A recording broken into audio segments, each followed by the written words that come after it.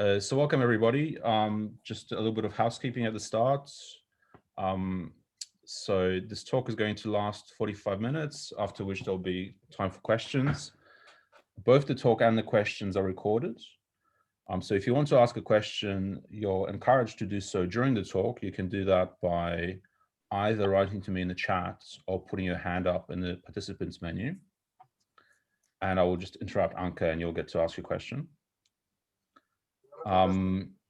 If you want to ask a question without being recorded, then there'll also be an opportunity for that after. Y la derecha es esta. Derecha es esta, ¿no? Let me just do some manual muting here. But I think I'll keep. Okay, if there's problems, I'll just make this. I'll just mute everybody at some point. But hopefully people can manage their own microphones. Okay, so yes, I'll stop the recording after the talk. There'll be a chance to stay after the talk and discuss more with Anca if you wish. But I think now, without further ado, it's a great pleasure to welcome Anca Muscholl from University of Bordeaux, and she'll tell us about learning negotiations. Please go ahead. Thank you very much, Pavel. Thank you a lot for the invitation. So it's a pleasure to talk in this seminar and in front of so many people. So this is joint work with Igor Walukiewicz. And it will be about special kind of distributed systems, which are called negotiations. So I'll start with a short introduction. So maybe I should start with a quote of basically Lamport that I like. What is a distributed system? So distributed system is something where the failure of some remote computer that you didn't even heard of can make your own computer unusable. So this is very nice because it suggests that concurrency and distributed programs in general are hard to understand, hard to write, and that some kind of formal methods to cope with these kind of problems are very important. So they're hard to write because there are, lots of shared dependencies of data in them. There are lots of side effects, and then the analysis of distributed systems is complicated because usually the usual method, which is testing, has in general low coverage, and traditional model checking is usually too expensive. Okay, so what are distributed systems? Because we talk about them, but there are lots of different kinds of distributed models for distributed systems. So on one side, there are models where processes communicate. So this can be automata, where there are several processes that exchange messages. This can be also message sequence charts, which are basically visual graphical representations of communications between processes. Or it can be, on the other side, rendezvous-based models. So for instance, patronets. So this is one typical example of rendezvous where you have transitions, and these transitions, they can fire if you have tokens on places. And there are also more automata-based models where processes just synchronized on actions in order to perform something together. So my favorite model is actually more shared memory, but just before I go into the precise models, let me just note that when we look at communication or shared memory, we have the natural tendency to stick to shared memory. Why? Because for formal verification, shared memory is just easier to work with. So shared memories means that in general, we deal with finite state systems so that we have more decidability. But in general, as I said, decidability can be at very high costs. Communication-based systems, they're much more involved in general because they are too incomplete. So here you really have decidability problems, and there's a lot of work also on communication-based systems. So there are subclasses where one can do verification by restricting the communication, by making, for instance, channels lossy or having some bounds, some special bounds on the channels. But here in the talk, I will stick to shared memory systems. because I want to be in a more feasible framework where we can deliver some algorithms for learning in this talk.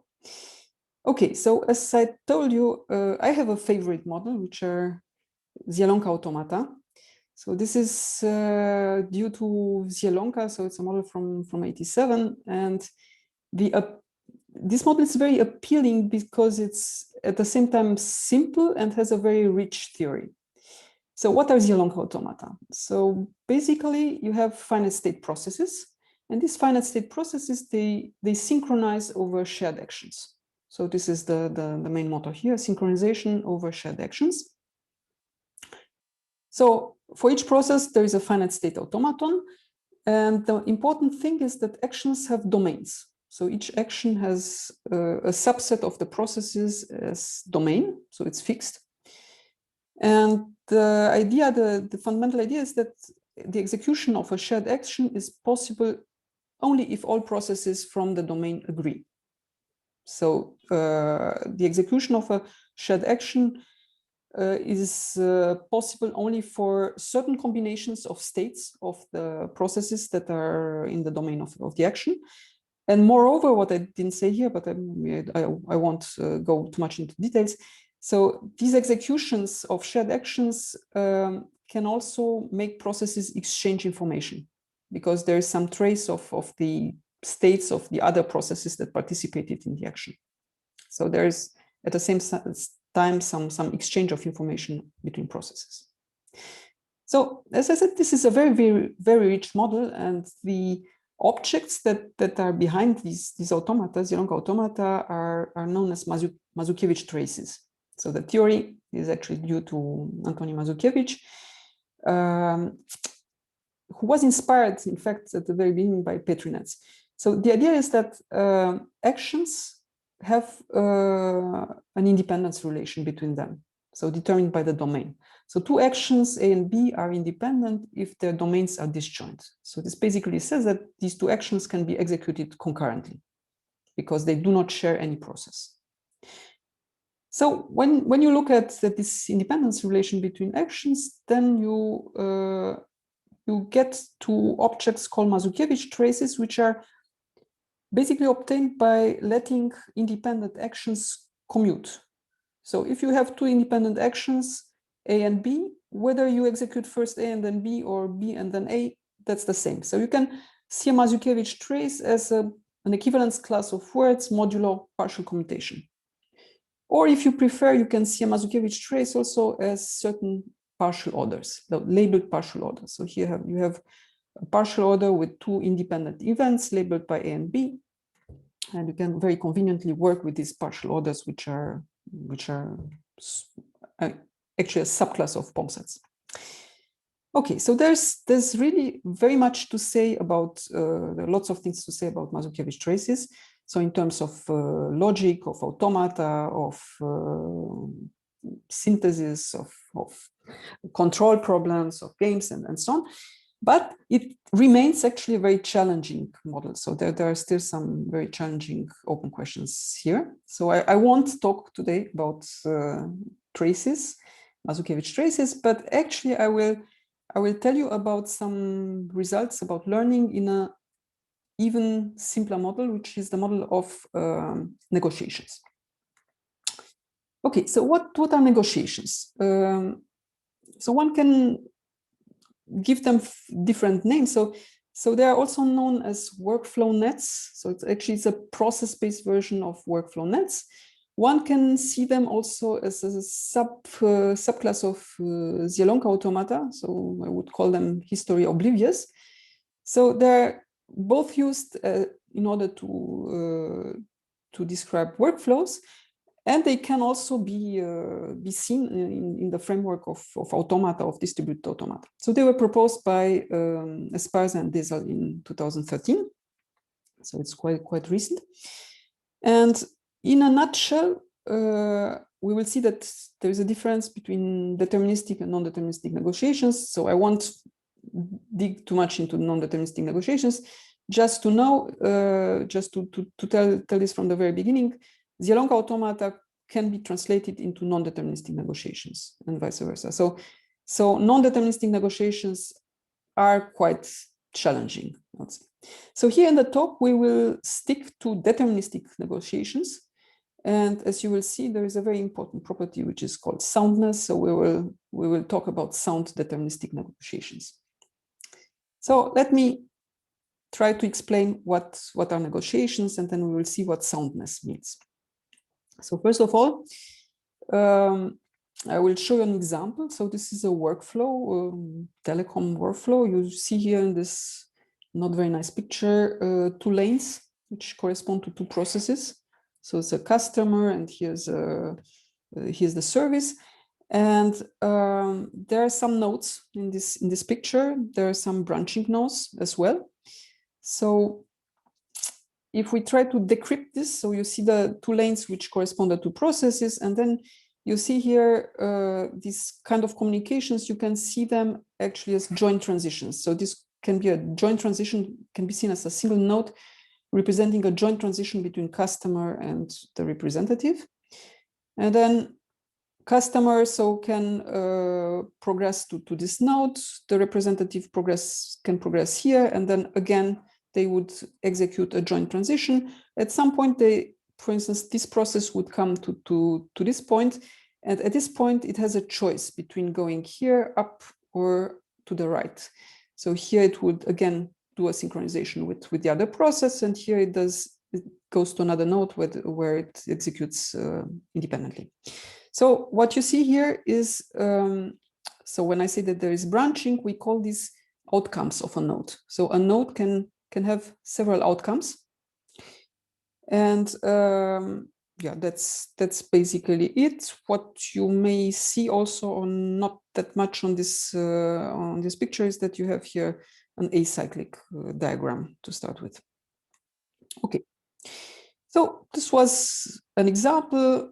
Of course, our examples are a bit more abstract. So here we see again a negotiation with 3 processes this time. So I tried to show the domains. So you see that the domain of the initial node, which is N0, is the set of all 3 processes. Then you have here this node with domain P2 and P3. The domain of this one is P1. And you see also some nodes where there are several possibilities to pursue. So from N4, process P2 can either go here or go here. So there are two possible outcomes.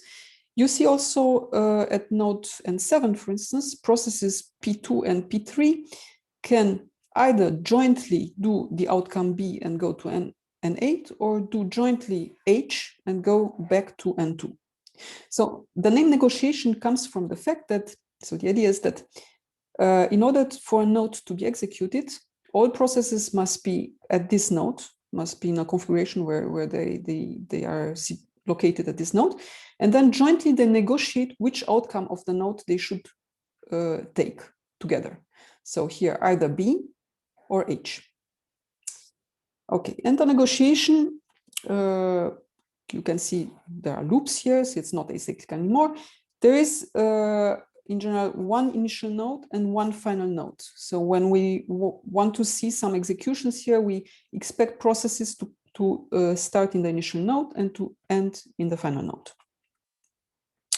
Okay, so determinism is as expected for every node and every outcome. Every process in the domain of that node needs to have a unique next possible node. So this negotiation, for instance, is deterministic. So there's no choice, and we will look only at deterministic negotiations, as I said at the very beginning. Sorry. Okay, so deterministic negotiations, they have actually motivation from workflow nets, so for Petri nets actually. So they're also known as free choice workflow nets. And as I told you, non-deterministic negotiations are really more powerful. They capture Zilong automata, or they capture one-safe Petri nets. Okay, so let me go now to the main restriction that we impose on deterministic negotiations, which is soundness. So what means to be sound? So soundness means that every run from the initial node can be extended such that all processes reach the final node. So in some sense, this amounts to say that, that there is no deadlock. So this amounts to say that for every reachable configuration, there is an extension that leads all processes. So if I go, for instance, process P1 goes here, processes P2, let's say process P2 arrives here, process P3 arrives here. So in this configuration, from this configuration, all processes can reach the final node. So for instance, here process P1 will go here, process P2 will advance here, so that this will give the opportunity to process P3 to move also, and both go to the final node.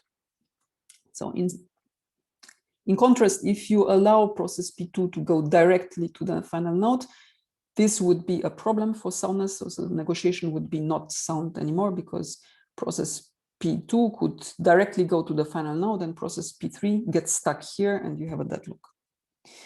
Okay, so we will look only at negotiations that are deterministic and sound for the remaining of the talk. Now, one of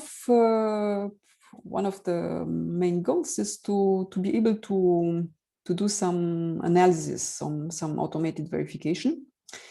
And there is a rule of thumb that says that usually concurrency, even if it's finite state, leads you to state explosion. So if you have very small finite state processes, the product can be exponentials, which makes most of the verification problems for finite state concurrent systems at least p-space complete. Okay, so this is a general observation, but it turns out that for deterministic sound negotiations, this is not true. So this is a notable exception for this rule of the thumb. And I will show you some results that show that deterministic sound negotiations are much better. First of all, what about knowing if a deterministic negotiation is sound? What about checking soundness? Well, it turns out that this is surprisingly simple. So in terms of complexity, it's the simplest thing that one can expect. It's n-log space complete. So it's in p-time. Okay, then another problem which is quite typical for concurrent systems is detecting races. So you have two actions, for instance, and you want to know whether there is any configuration where these two actions can occur simultaneously, so in parallel. And this is a race. So detecting races in sound negotiations is in p-time. So this is also very nice.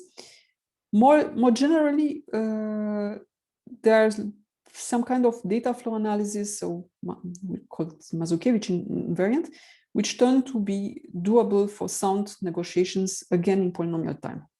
So like computing the average cost, or so having some probability and costs on the outcomes, or computing mean time for timed negotiations is possible in p-time. Well, at this point, you may say that I'm cheating. So how is it possible to have this nice complexities, n-log space, p-time?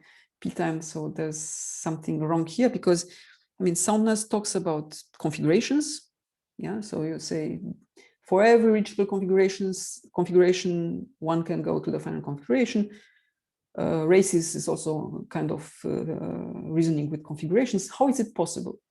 Because I mean, configurations will be always, the number of configurations will be always exponential in the number of processes. Okay, yeah, but there's something particular about soundness. So on one hand, for sound negotiations, so for negotiations, one talks about configurations and asks for properties like no deadlocks, but it appears, if you look more carefully, that you can reason on sound deterministic negotiations also in terms of passes. So you can express the same things that you define by configurations in terms of passes and forbidden patterns. So what do I mean by this? Well, I said that checking soundness is analog space complete. So the reason is that soundness can be also characterized by absence of certain patterns. So these patterns that we need to exclude are forks and non-dominant cycles. So what is a fork? A fork is a pattern like this. So you have from the initial node some reachable node, then two processes P and Q. Here there is these transitions correspond to a joint outcome. So by doing this outcome, process P goes to some node, Q goes to another node. Then there is some local path of P, some local path of Q, and then they arrive at two different nodes. And it happens so that in the domains of these two different nodes, both P and Q are present. And now this leads to a deadlock. Why? Because for sound, so if a negotiation is sound, basically you can materialize every local path or every path in, so this is a path in the graph. Yeah, it's a path between nodes. So being sound means that you can materialize every such path in the graph. So basically it amounts to say that there will be some configuration where process P is here, process Q, so waiting for Q, process Q comes here, waiting for P. So this is a deadlock. So the other pattern for non-soundness is a cycle. So these are again nodes. These are passes in the graph, and you have here no node in this cycle where all the processes that occur in the cycle appear in the domain. So here, for instance, I have five processes, and there is no node in the cycle containing all 5 processes in its domain. So this is a non-dominant cycle. Okay. So with these patterns in mind, actually, if one looks more carefully with a lot of work, one can see that sound deterministic negotiations are actually have a lot of structure. So we call them decomposable. So in a hierarchical way. So what I mean by this is that sound deterministic negotiations, you can see them as basically as finite state automata, where all these negotiations that you see here have the same set of processes. So basically, if you have, for instance, the 5 processes you've seen before, here all the 5 processes start from this node, and then they can go through this acyclic negotiation, which is a negotiation involving only these 5 processes, and then they meet again in this node. Or they go here and execute this negotiation and meet again in this node, and so on. So there's a kind of hierarchical decomposition of sound deterministic negotiation, which makes also that this data flow analysis can work in polynomial time, because we can perform the analysis in a hierarchical way on smaller and smaller sets of processes. Okay, so this was a sort of overview over all possible nice properties of sound deterministic negotiations. However, in the talk, I promised to say something about learning. So let me go now over to learning sound deterministic negotiations, but maybe it's a good time to have some questions if there are any.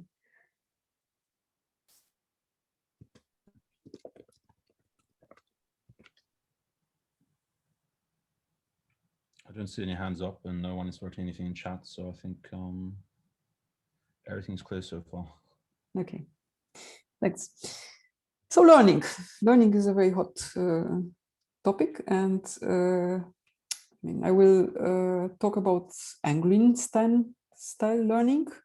So you probably have heard about Anglin's algorithm for learning DFA. So it's actually very vast area. So nowadays, so Anglin style learning is done for every kind of possible automata. So it started with deterministic finite state automata for finite words. Then people added infinite words, register automata, communicating automata, weighted automata, and whatsoever. So it's a setting where you have a learner and a teacher. So it's active learning in the sense that the learner can interact with the teacher. and the learner has some hypothesis automata and can send this hypothesis to the teacher. The teacher has the real automaton, the target automaton that's for the language that needs to be learned. And the teacher, if the hypothesis is not correct, the teacher reacts by sending some counterexample. So for instance, here, AAB is something that is accepted by this automaton, but is not accepted by this automaton. So it's a negative counterexample. And if the teacher sends some counterexample, the learner will expand, so enlarge the hypothesis and make a bigger automaton and then send it again. So one needs to show that this terminates, and said the main argument why it terminates is the Myhill-Nerode congruence. So the fact that there's a minimal automaton for regular languages, a unique minimal automaton. So basically the bound, the complexity of the algorithm is determined by the size of the minimal automaton. Okay, so this was very brief recap of what Angreen is doing. But one should say that, I mean, that there are many variants of Angreen, so many implementations.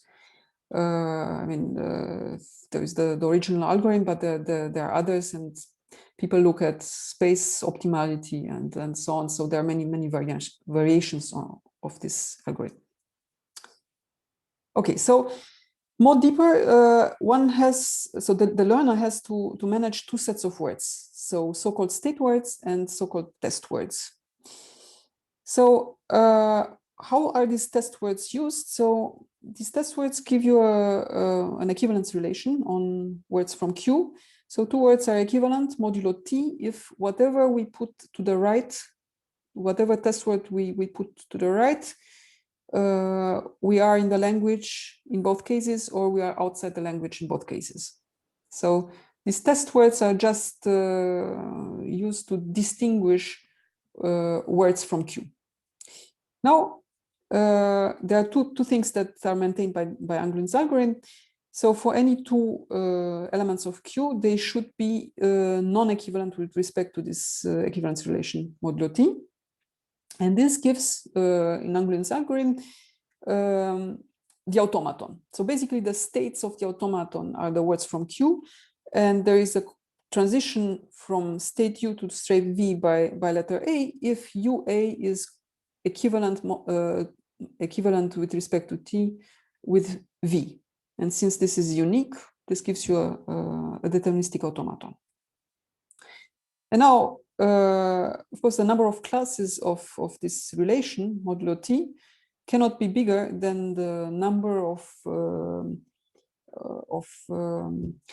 states of the minimal automaton of the given language. So this is the basic idea behind termination, that you won't have Q bigger than the number of states of the minimal automaton.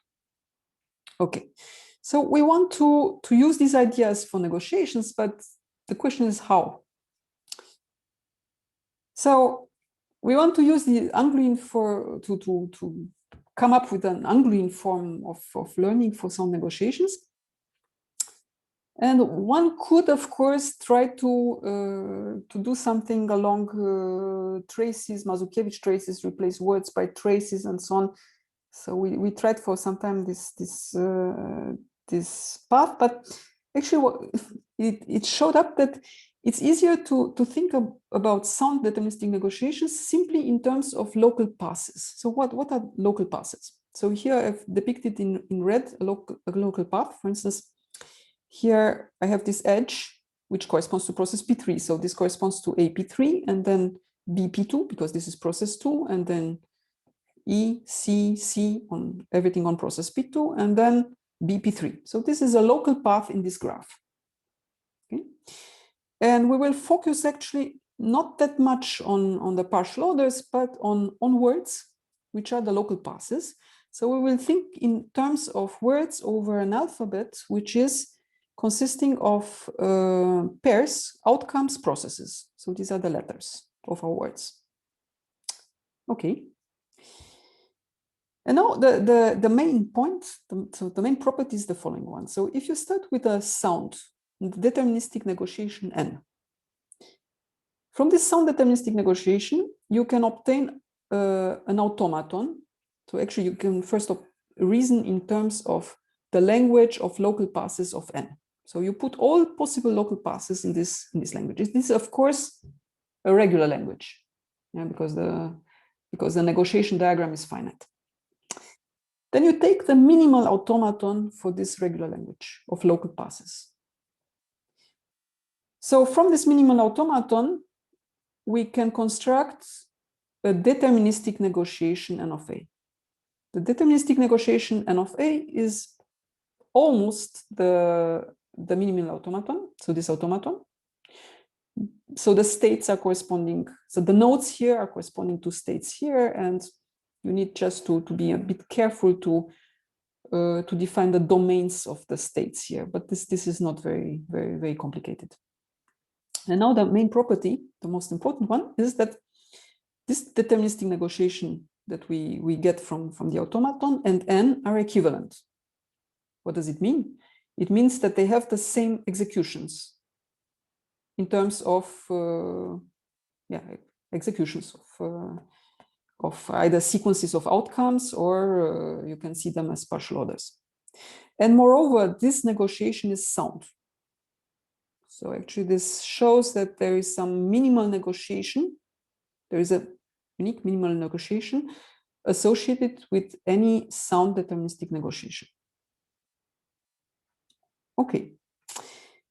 So we will concentrate on the minimal automaton for the language of local passes, because we know that if we can learn this automaton, then we obtain the minimal negotiation that is equivalent to the given negotiation. So it looks like now we can do angling just on the automaton for passes of n. Okay, so this is perhaps looks a bit simplistic. Well, it's not quite. So our goal now is to learn the minimal automaton for the local passes in polynomial time. Now, how do we describe the interaction between learner and teacher? So we follow angling basically to learn the minimal automaton for the language of local passes. However, for each pair Q and T, as in Anglin's algorithm, we build a candidate negotiation, and learner submits to teacher this negotiation associated with Q and T, the sets Q and T. If n and nqt are not equivalent, teacher will send a counterexample. A counterexample will be an execution that is possible in n but not in nqt, or in nqt but not in n. And learner will, in this case, use this counterexample to enlarge Q and T, as in Anglin's algorithm. The only point is that the membership queries that learner can ask teacher are actually membership queries about local passes. Okay, so the equivalence queries that are asked by learner to teacher are on negotiation diagrams, but the membership queries that she may ask are about local passes. Okay. Any question?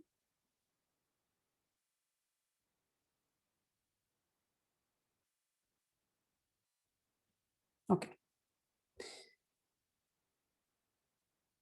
So, counterexamples of sent by teacher to the learner are executions. So as I said, you can see an execution as being a sequence of outcomes. So for instance, A, D, B, E, C, F, C, B. You can give it as a word. You can also represent it as a partial order if you like. So for instance, this is a trace associated with the execution I was just mentioning. And now one point that is important, so I depicted this execution as a trace, as a Mazukiewicz trace. And one point that is important, so being a trace, so actually this trace is completely characterized by the projections on the three processes. So there are three projections on P1, P2, P3. So what is a projection? Projection is you take this trace and you project on all actions, on the actions that involve process P1. So these are A and D. On process P2, these are A, B, and so on up to B. And on process P3 is this. And if somebody gives you these three projections, you can recover the trace. So they are completely determining the trace, the Mazuki trace. So this is something that we will use because in an execution, which is a trace, a Mazuki trace, you can have lots of local passes. Yeah, so I can give you such traces, such partial orders that have an exponential number of local passes. But this is only polynomial. Anca, we have a question in the chat. Yeah. Falco was asking, do the local paths have to be complete? I.e., do they end in the final state? Yes, the local passes are complete, they end in the final states. Thank you. And this is also a complete, so this is a sound negotiation. This is also a complete execution. So local passes start in the initial node and end in the final node. That's the regular language passes of n. Okay. Now, something which is interesting is that an interesting property of sound deterministic negotiation is the following one. If you have an execution W, so a sequence of outcomes, and if all projections of this execution belong to the language of local passes, then W is an execution of n. This is very strong. So this means that you just need to look at, in a sound negotiation, you just need to look at executions to ask whether they are or not belonging to the language of local passes, parts of n. Now, when we apply Anglin's algorithm to our setting, I told you that we are building some candidate negotiation defined by Q and T. Now, the problem is that these candidate negotiations are in general not sound. So you cannot apply this nice property. But in some sense, they are almost sound. So if the pair Q and T is stable with respect to the projections of counterexamples in n, W in n, then W is an execution of nQT. So what means stable? To be stable with respect to some projections or to some words. Being stable means the following. So if you look at the projection, let's say more generally, I have just the local part here, W. So Q and T is stable with respect to W if the following holds. You look at the computation associated with W in the automaton defined by Q and T. So it starts with the initial state, which is the empty word, and it goes up to some words, so U1, U2. In general, this U1, U2, and so on, they have nothing to do with A1, A2, and so on. So they are obtained because of Q and T. So there's no reason to have A1 up to AI equivalent T to UI for all I. Stability asks that for all I, A1 AI is equivalent T to UI.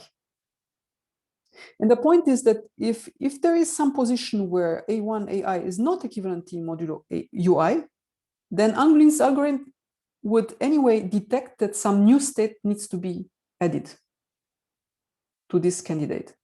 So if you have this property violated for at least one I, then Anglin's algorithm anyway will enlarge Q. So this is a step that needs to be done in any case. Okay, so our algorithm adaptation of Anglin's algorithm to learn the minimal automaton of local passes is to maintain Q and T stable with respect to the counterexamples we got from teacher. So basically the results are the following. So sound deterministic negotiations can be learned in polynomial time. So there is an adaptation of, we can adapt Anglin's algorithm, so we can add this stableness, stability property in order to make it work for sound deterministic negotiations. another byproducts of these things are that we can check in polynomial time whether two sound deterministic negotiations are equivalent, because there is this notion of minimal negotiation. So we can minimize and then check the equivalence, which is also surprising because, I mean, equivalence, you have a non-fixed number of processes. It looks like p-space. And yeah, lastly, we have this minimization result, which says that sound deterministic negotiations can be minimized in polynomial time. Okay, so these are the results. So this is what I wanted to say also about the proofs. So I have maybe 1 minute for the conclusion. So you notice perhaps that the framework of learning that I was talking about is a bit asymmetric with respect to original Angling. In original Angling, learner sends membership queries about words and equivalence queries about automata. Now, in our framework, if I can go back, learner submits to teacher candidate negotiations.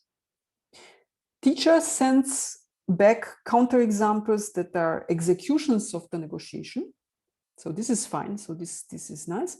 But learner needs to use also membership queries about local passes, not only about projections, by the way. So projections are one kind of membership queries that learner will use, but there will be when Anglin's algorithm completes the candidate automaton, there will be other passes where we need to ask also queries about local passes that are not necessarily projections on one process. So there's a slight asymmetry here. Would be nicer to have something clean in the sense that we would ask here membership queries not about local passes, but about executions. So this wouldn't mix the partial order view here that we have here and here with the word view that we have here. So it would be cleaner. So this is one possible question for further study.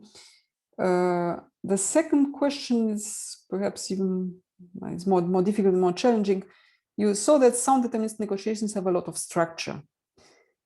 Zielonka automata are a model that is much richer, much more challenging, and I mean, hard to think about minimal Zielonka automata. Let's put it like this. So it's very unrealistic to think about minimal automata.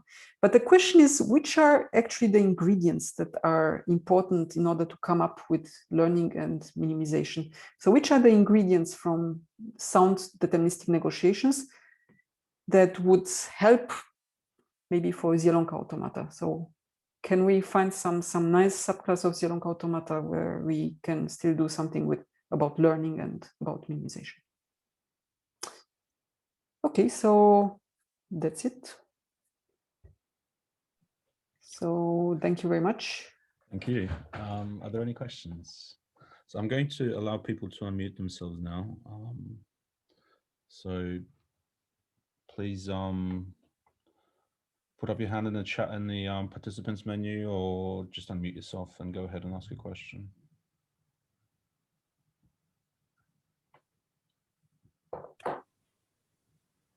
I have a question. Yes. How does it compare the deterministic sound negotiations in terms of expressive power? Is there some other ways to look at this, like some logical or other ways to look at the set of traces that you can get from sound deterministic negotiations? I mean, there's clearly a subclass of recognizable trace languages, to put it like this. So is there anything, I mean, there's of course tempting to, I mean, you saw this representation of, I told you at some point, or maybe I should, I try to get out of, yeah, so maybe, no, I'm going back is not, so I did my test before, but it was not complete in the sense that, okay, sound deterministic negotiations, they have structure in the sense that you can see them as finite state automata with edges which are labeled by acyclic negotiations. Yeah. So you can think about this as one idea could be to see here maybe something like series parallel stuff, because there is some parallelism here in the sound, in the acyclic labels, but then they join here again. But I mean, it's not the case. I mean, there's some series connection between the nodes, but here you don't have just parallel product, commutative product between the processes here. Yeah. So I mean, it's a particular class of POM sets.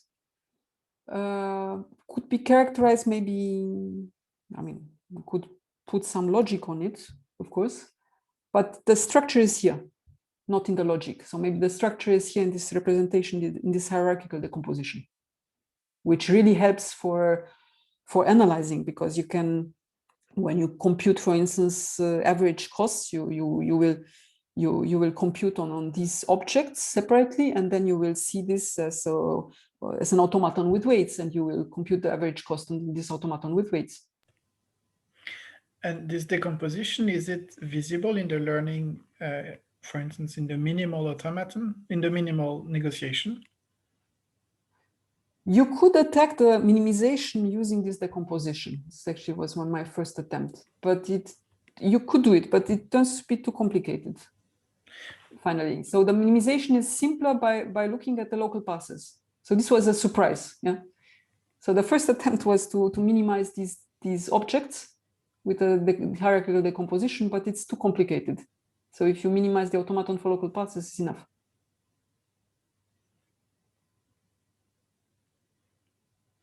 There are these two facets of sound deterministic negotiations. So sometimes it's better to look at this, and sometimes it's better to look at the passes. Yeah. So when you want, it's hard to say when you should look at one or more at one than the other. So the reason why the local passes are nice for the learning algorithm is, as I told you, this idea that the intermediate negotiations are not sound, but almost. So since soundness can be characterized by local patterns, by passes, we can recover parts of the soundness just by letting Anglin work on the automaton, on the candidate automaton for local passes. So we have an argument, we have a way to reason on local passes, and we use it, yeah, by making Anglin work on this automaton for local passes.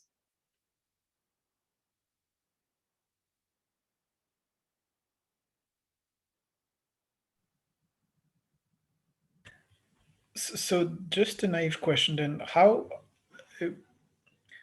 can't you just do the learning on the, I mean, can't you just use Anglin style as a black box for the local pathes automaton? What's the difference? Well, the difference is I mean, yes, but it's cheating and non-elegant, maximally non-elegant. So what you want to do, and not only non-elegant, but no, let me put it more seriously. When you really implement Anglin, what are you doing? There's no teacher on the other side who would answer to equivalence queries just like this. So in implementations, what you usually do is to do testing. Yeah, so you are doing testing. So you are looking whether there is something that distinguishes your device from the device that is on the other side, the unknown device. But if you want to do testing, you need to send some execution there. Yeah, you can't test just by sending a local path. Yeah, so that's mainly that's actually the main point. Mm-hmm. It's more in the implementation of Angrim, in the real world implementation of Angrim.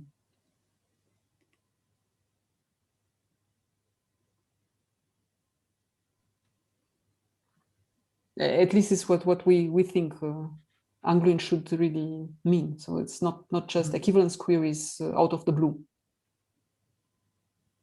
Yeah. There's a nice paper by Van Drager, Siglock, explaining these issues.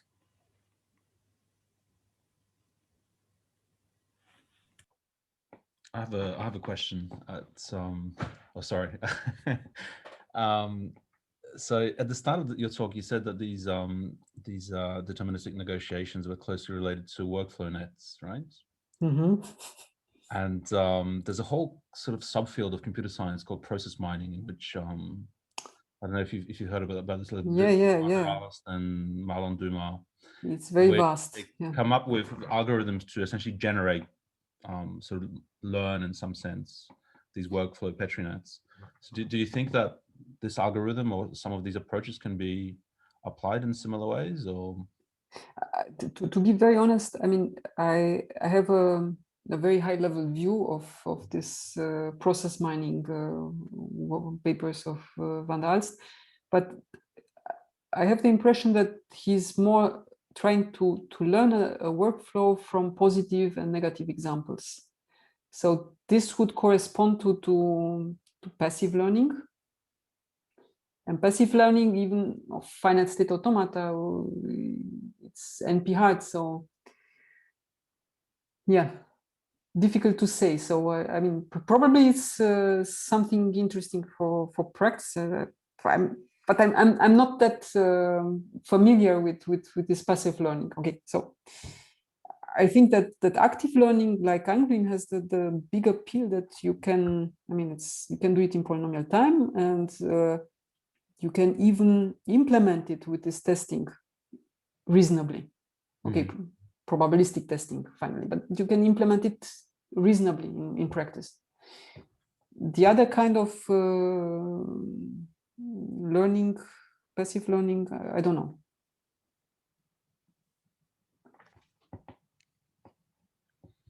Okay, thank you. So I just preempted a question from Srivasan, who wanted to ask about passive learning. So are there any other questions?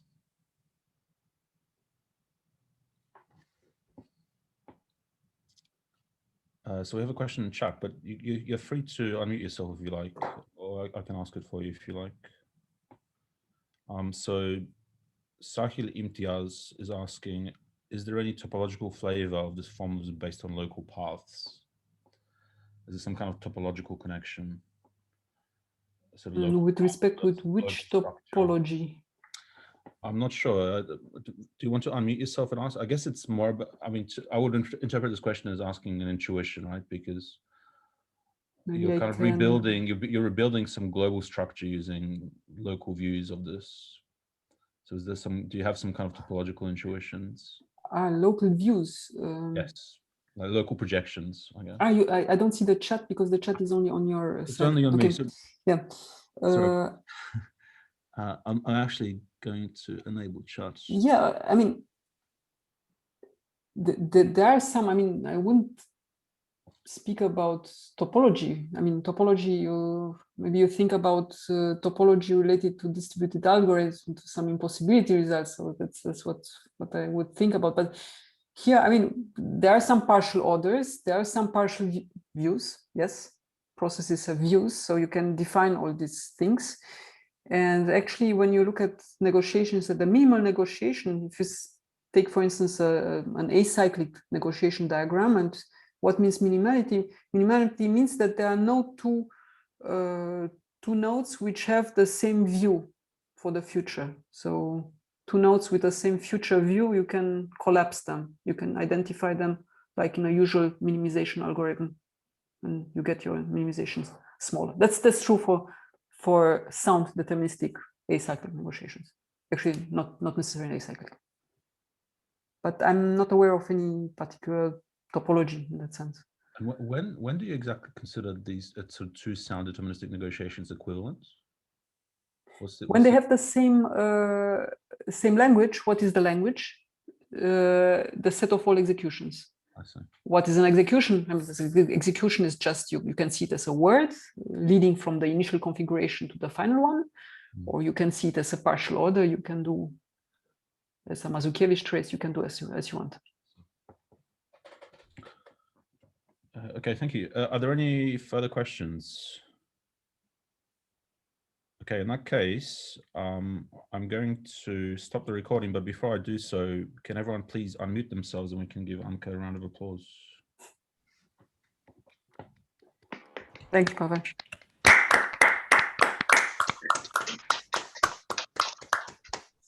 So